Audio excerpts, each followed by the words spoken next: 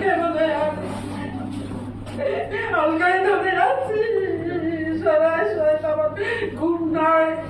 আমার ছেলে বলে আমার কাছে আসছে, দেখি নাই আমার ছেলে, আমি পাই নাই।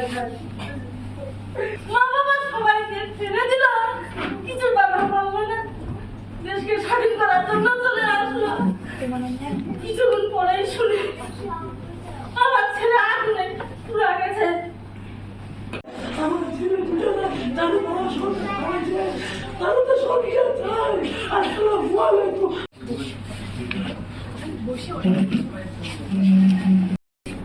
গত বছরের এই সময়টাতে, এটা জুলাই মাস শেষ হয়ে আমরা আগস্ট মাসের শুরুতে আছি, বাংলাদেশের ইতিহাসে যে ঐতিহাসিক গণ অভ্যুত্থান হয়েছিল, সেই গণ অভ্যুত্থানের লক্ষ্য ছিল একটি বৈষম্যহীন বাংলাদেশের।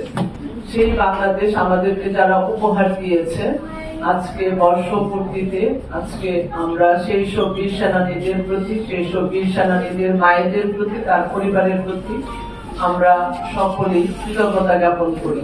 আজকের দিনটি মায়েদের দিন। আমরা বেশ কিছু মায়ের কথা শুনলাম, তারা তাদের জীবনের গল্প শুনিয়েছেন, তাদের সন্তানদের নিয়ে তাদের যে দিন যাপন এবং সেই আন্দোলনে তাদের সন্তানরা যেভাবে ভূমিকা পালন করেছে, নিজের জীবনের বিনিময়ে আমাদেরকে একটি সুন্দর বাংলাদেশ উপহার দিয়েছে, সেই গল্প শুনেছি। এই গল্পগুলো আমাদেরকে প্রেরণা যোগাবে আগামী দিনে বাংলাদেশকে যেন আমরা একটি শোষণমুক্ত বাংলাদেশ হিসেবে, একটি বৈষম্যমুক্ত বাংলাদেশ হিসেবে প্রতিষ্ঠা করতে পারি, সেই পথে কাজ করার জন্য আমাদেরকে উৎসাহিত করবে। আপনারা যারা মায়েরা আজকে গল্প বললেন, এই গল্পগুলো আমাদের আজীবনের প্রেরণা হয়ে থাকবে। আমরা জানি যে একটা মা তার নারী ছেঁড়া ধন, সেই সন্তান যখন তার আগে এই পৃথিবী থেকে চলে যায়, তিনি যতদিন বেঁচে থাকবেন সেই দুঃখ কিন্তু তিনি ভুলতে পারবেন না। আমরা সবসময় আপনাদের পাশে আছি। আপনাদের সন্তানের অভাব হয়তো আমরা পূরণ করতে পারবো না, কিন্তু আমরা যারা বেঁচে আছি, আমরা সবাই আপনার সন্তান হয়ে এই পৃথিবীতে আপনার পাশে আছি, সেইটুকু অ্যাটলিস্ট আমরা কথা দিচ্ছি।